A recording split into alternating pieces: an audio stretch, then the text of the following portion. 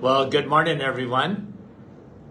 And once again, welcome to another live this morning. And maybe you can tell or not, I'm on the road.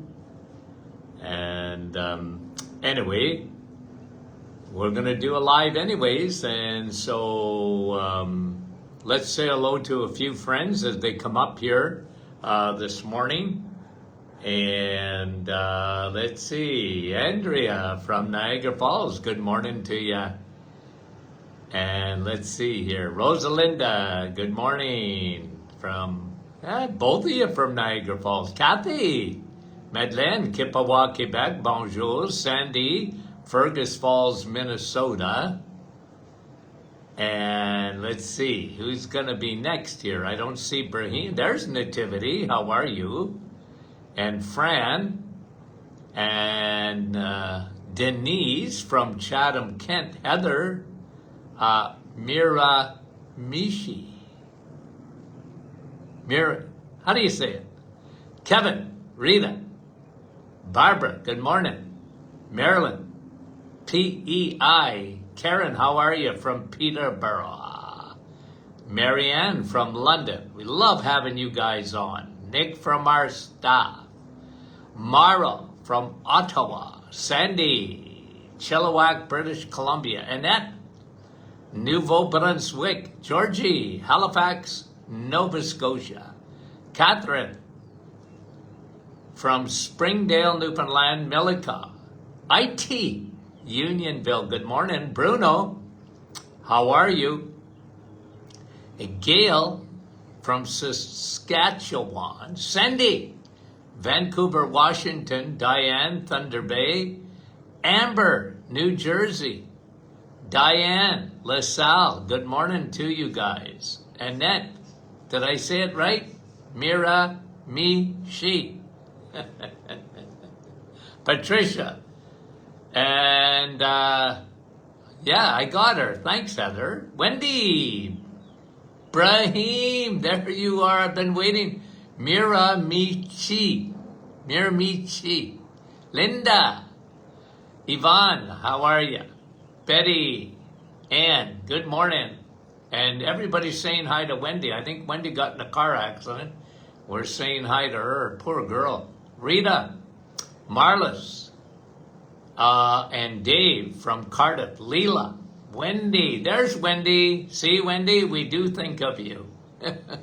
Jean. Doc McEwen from the University of Tennessee Martin campus. I love that name. Wanda, Cheryl, Ann, Marianne, John from Elgin, Illinois, Linda, St. Jude, Quebec. Couple more guys and let's get going. Carol, Mount Pearl, Newfoundland. And Dave saying hello to everyone from Gilmore. Milika. And yeah, everybody's saying hi to you, Wendy. Okay, we care about you guys. Hey, we appreciate you guys coming on. So we love you dearly. And I'm outside here today. Now, I hear in Sudbury, they're having another snowstorm, for heaven's sakes. What do I always tell you guys? I'm not so worried about the climate. I'm worried about your environment. Okay? Not only your environment, of course, I specialize in what you eat. But I am very big on the environment. Those xenoestrogens that make us fat and sick. Okay? A lot of chemicals. We live in a different world. Plastics and xenoestrogens, obese estrogens. Estrogen is the growth hormone, and we got way too much of it. Okay, so let's get to a few. The other day I was discussing, this weekend, I was discussing what sugar does. Okay? And just because somebody was defending it, and I said, well, listen, I've been around a long time. I got to give you a little history. To this guy, you guys have heard this before. Nothing new for my audience, but for him, it was new. I said, listen, This is the history of sugar, okay? And in the 1950s, we consumed 25 pounds of sugar a year in the 1950s, okay? Guys, don't worry about the sound, okay, around me. I'm outside. I'm on my deck. Okay. In 1950s, when I was a little boy, Canadians and Americans consumed 25 pounds of sugar a year. In the 1970s, all my 4 kids were born in the 70s. Now you got another generation. What were they consuming? 50 pounds a year of sugar. And my grandchildren, okay, another generation. What are my grandchildren consuming? 150 to 200 pounds of sugar a year. I got great-grandchildren. It's not any better. So I was just discussing in generalities what sugar does. It's 8 times more addictive than cocaine. Okay? 8 times more addictive than cocaine. It's a big problem in our society. Our bodies were never meant to consume that much sugar. And the worst thing, okay, there's a couple of things that have happened, but the worst thing is it's not just sugar we're consuming, it is high fructose corn syrup. We changed the sugar. And that sugar is very destructive. Do you know what, guys? There's absolutely no reason on this planet for anyone to consume, okay, high fructose corn syrup. Okay. And Serpa saying, yeah, it's snowing. It's snowy morning from Dowling in the Sudbury area, okay? 200 pounds of sugar, and especially the high fructose corn syrup, which takes a direct route to your liver. So let's just talk. Here's what I explained to this gentleman. I said, sugar, because he was sort of living, he was my age, so he's sort of living in moderation.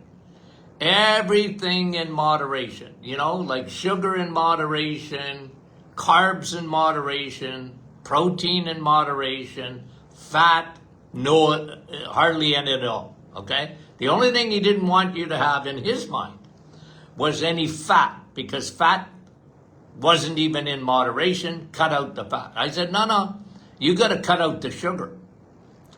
And I said, look, sugar in the brain of a child, and you know this, he agreed with this statement because he's a father and a grandfather, okay? So I said, sugar in the child of a brain, what happens? Well, he said, they go wild. Yeah. ADD, ADHD, big time. I said, you know what sugar in the brain of an adult does? No. I said, well, Alzheimer's, dementia. I said, did you know that in 2005, a Nobel Prize in medicine was given out to the people that called Alzheimer's type 3 diabetes? He was shocked by that. I said, well, I had a radio show back in those days, and I pontificated on that for quite a while because it was quite the finding. And I said, guess what? The pharmaceutical industry buried that. They didn't want to hear about it. Okay? They didn't want to hear about it. Because Alzheimer's to them was tau, T-A-U, proteins. It was scarring on the brain, in those synapses, and we got to develop a medication to go get it. No, it's sugar in the brain, my friend. It's type 3 diabetes. They won the Nobel Prize in medicine over it. Okay? Sugar. Let's just go down the road. We all agree. Every dentist in the world will agree with this statement. Sugar in the teeth is cavities, right? You eat, go brush your teeth, because they know sugar destroys teeth enamel. True or false? That's a true statement. Every dentist knows that, right? Every dentist knows that. And so sugar is destructive to enamel, teeth. You knew that? I knew that in the 1950s. And my mom saying, brush my teeth. Okay? Sugar in the teeth, very destructive. Sugar in the stomach. What? Sugar in the stomach will make your stomach alkaline. What? Sugar in your stomach will make your stomach more alkaline. You don't want that. You want your stomach to be acidic. You want your stomach to be more acidic than a lion's stomach. People have a hard time believing that. A lion doesn't have as much, or shouldn't have as much acidity. You want, guys, acidity in the stomach. Not anywhere else, just the stomach. Because that acidity helps break down food. That acidity is one of the gateways. It's a gatekeeper. So that bacteria, like H. pylori and other C. difficile and other bacteria and viruses don't get into your body, because that your stomach is not only there to break your food down and to microsize it and to put it into a mulch and to break protein down. You need acidity. You know what sugar does? Makes you alkaline. What?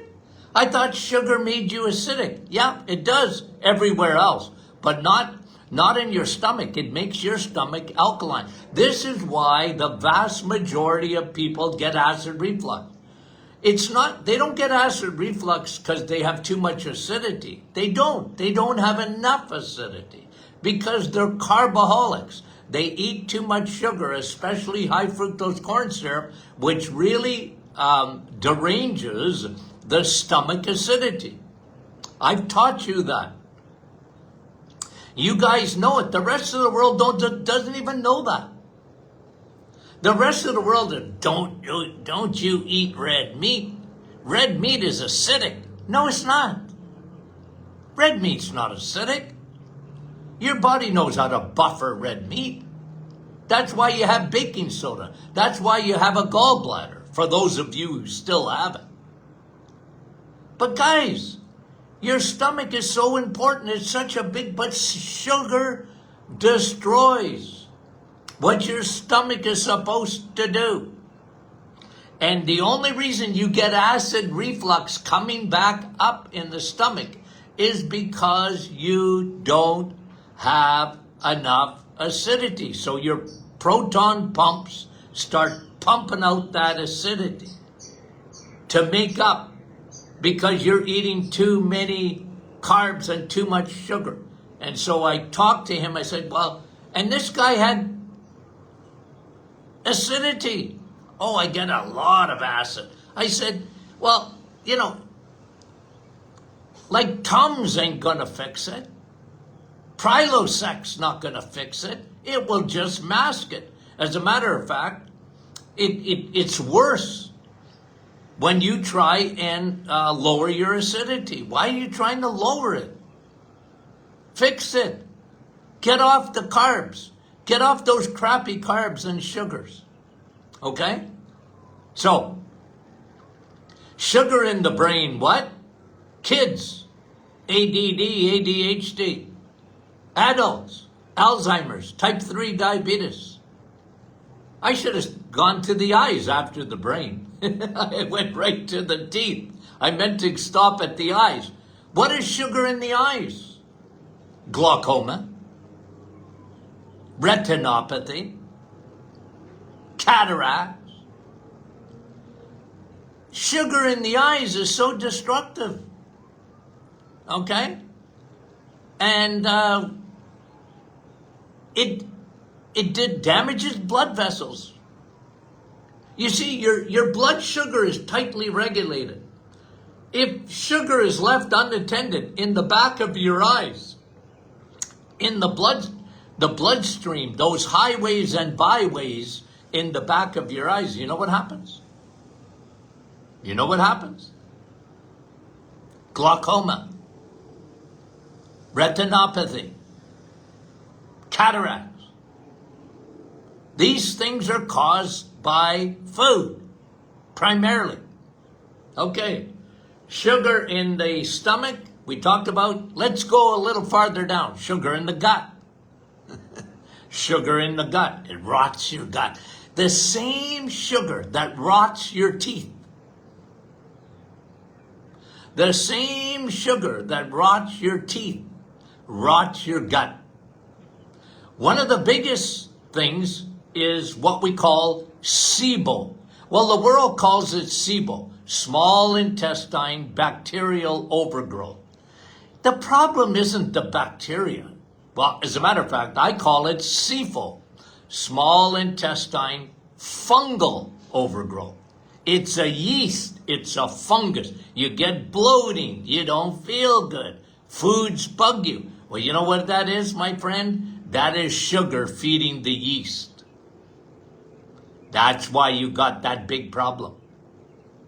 It's amazing what happens to people when they talk about the FODMAP diet, and I get a migraine when people start talking to me. I said, you're missing the whole point. The whole point is cutting sugars out. You're feeding the bears. You know my expression. In Northern Ontario, there's signs on the highways. Don't feed the bears. What? I've never fed a bear in my life. What do you mean, don't feed the bears? Okay? But when I say that, I mean don't feed yeast that's sitting in your gut. Don't feed it. It only lives on sugar. So what does sugar do, especially high fructose corn syrup? It feeds yeast, fungus. That's why your gut is rotting. And I'm going to say something that I think is really important here. Okay? When we talk about colon cancer, because colon cancer, especially colorectal cancer, is on steroids these days. There's so much of it. And you know, when I was in school, I studied colorectal cancer. You know what? Old men. Women didn't get it. Old men got it. Okay? I'm an old man. Okay? Old men get colorectal cancer. Not young people, but today, you know what it is? Young people. The age used to be 65 and up, and now it's 40 and up. Even earlier than that. How can that be? What's happening? Sugar. 200 pounds of it. A dump truck load of it. Your gut wasn't made for that. It's not red meat that causes stomach cancer or bowel cancer. Why do we see so much pancreatic cancer today and colorectal cancer today? Come on, guys. It's sugar, man.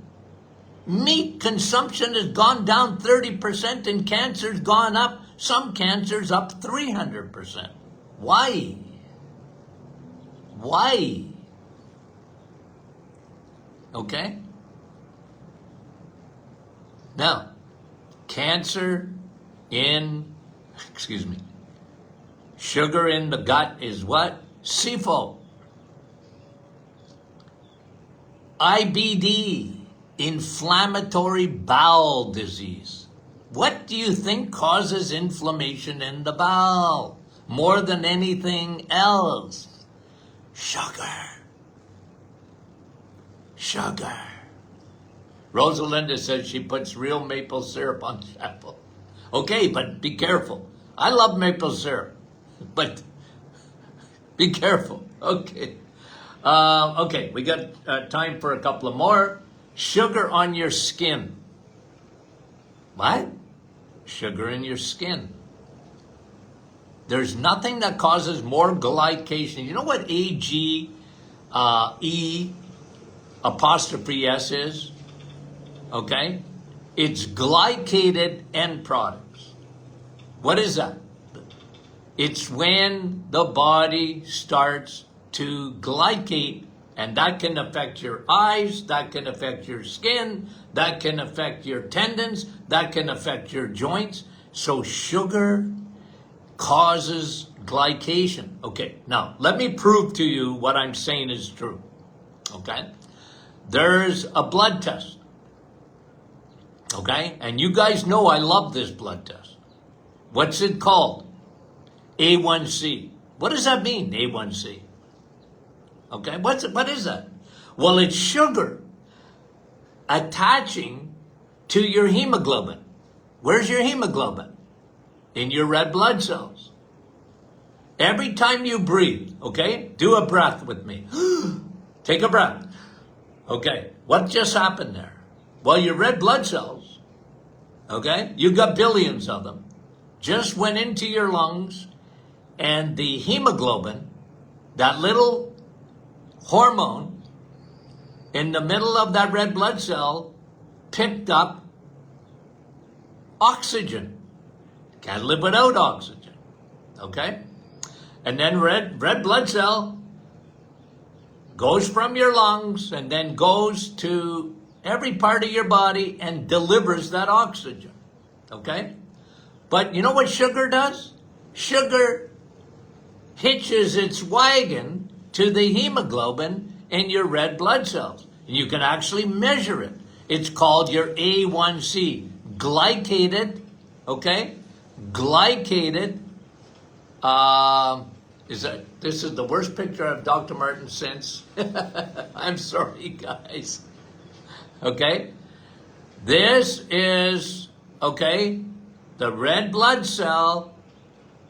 Sugar attaches to the hemoglobin, and they can actually measure it. That's why you know how much I love that. I love measuring glycated hemoglobin. Okay? Now, okay, so that's on your skin.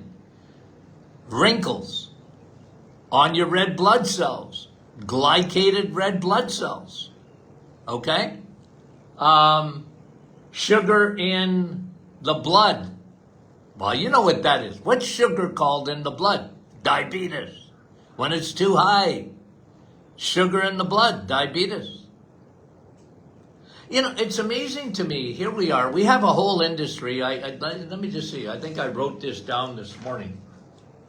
1 billion people in the world are obese. Let's see, how many have diabetes? I think I wrote this down somewhere here. 537 million people, okay, in the world have diabetes. And look, you can have genetics that make you more susceptible to diabetes. I do. Okay? My family's got a lot of diabetes. But that doesn't make you a diabetic, even though you maybe have genetics. Okay? I used to talk to the indigenous people in Canada. I did a lot of work with the indigenous because I sort of specialized in metabolic syndrome, and metabolic syndrome was a big, big problem with the indigenous people, the First Nations. I did a lot of work with them. I said, listen, you got to go back to eating the way you used to eat. What? Well, go back. Live off the land. What did your ancestors eat? Slushies? No, they laughed. Okay? I said, you guys have genetics for diabetes. And you'll never become a diabetic if you just go back and eat the way you're supposed to eat. You're not supposed to live on sugar. What? I said, no, you're not. Okay? So, sugar in the blood, it's diabetes. It's a scourge in our society today. We're talking about all these other things, but chronic disease are really food disorders. Chronic disease, heart disease. Well, you know what sugar in the heart is? It's a heart attack. You know what sugar in your blood vessels is? It glycates your blood vessels. Atherosclerosis, hardening of the arteries. Hardening of the arteries doesn't come from meat. It comes from sugar.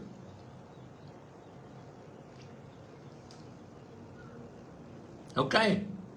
Sugar in your joints. You know what? Orthopedic surgeons have come out with a new term, okay? It's called caramelization of your joints. It comes from orthopedic surgeons. They do surgery, and they say, "Holy moly, that joint! It looks like caramel." And that's sugar, my friend. Sugar, like it destroys your teeth and destroys your eyes and destroys your brain and it destroys your gut. It destroys your skin. Sugar destroys joints. All by that process of what we call glycation. It destroys your blood vessels, not only behind your eyes, but your big vessels. It destroys the endothelial level, that Teflon level, that Teflon in your blood vessels. Your blood vessels should be slippery, not sticky. Sugar makes them sticky, and then they calcify. It's not cholesterol. It's not cholesterol. Okay. Anyway, that was my little conversation this weekend with a senior just like me who knew nothing really about food. Anyway, I thought I'd just sort of relay the message. I know you guys know this, but it is... it's good to do a review of these things and just look. If you do nothing else, why did I love the reset so much? Why? Because you're not eating sugar for 30 days. No sugar. You know, your body will thank you, and you'll thank me later. Okay, guys, we love you dearly, and we'll talk to you soon. Well, this week we got a great week. You know that we always prepare for Fridays on Mondays. What do? We tell you to send your questions in to info@martinclinic.com. To my American friends watching this morning, our products are just, I know. It's been a long time, and you know, the problem of getting the product made in the United States and then approved, and we're just waiting to release that very, very shortly. We're just about there, okay? So be patient if you can a little bit longer with us. And we appreciate you guys. You have no idea. And to my Canadian friends, of course, right? Our products are available and made in Canada. Okay, we love you guys, and we'll talk to you soon.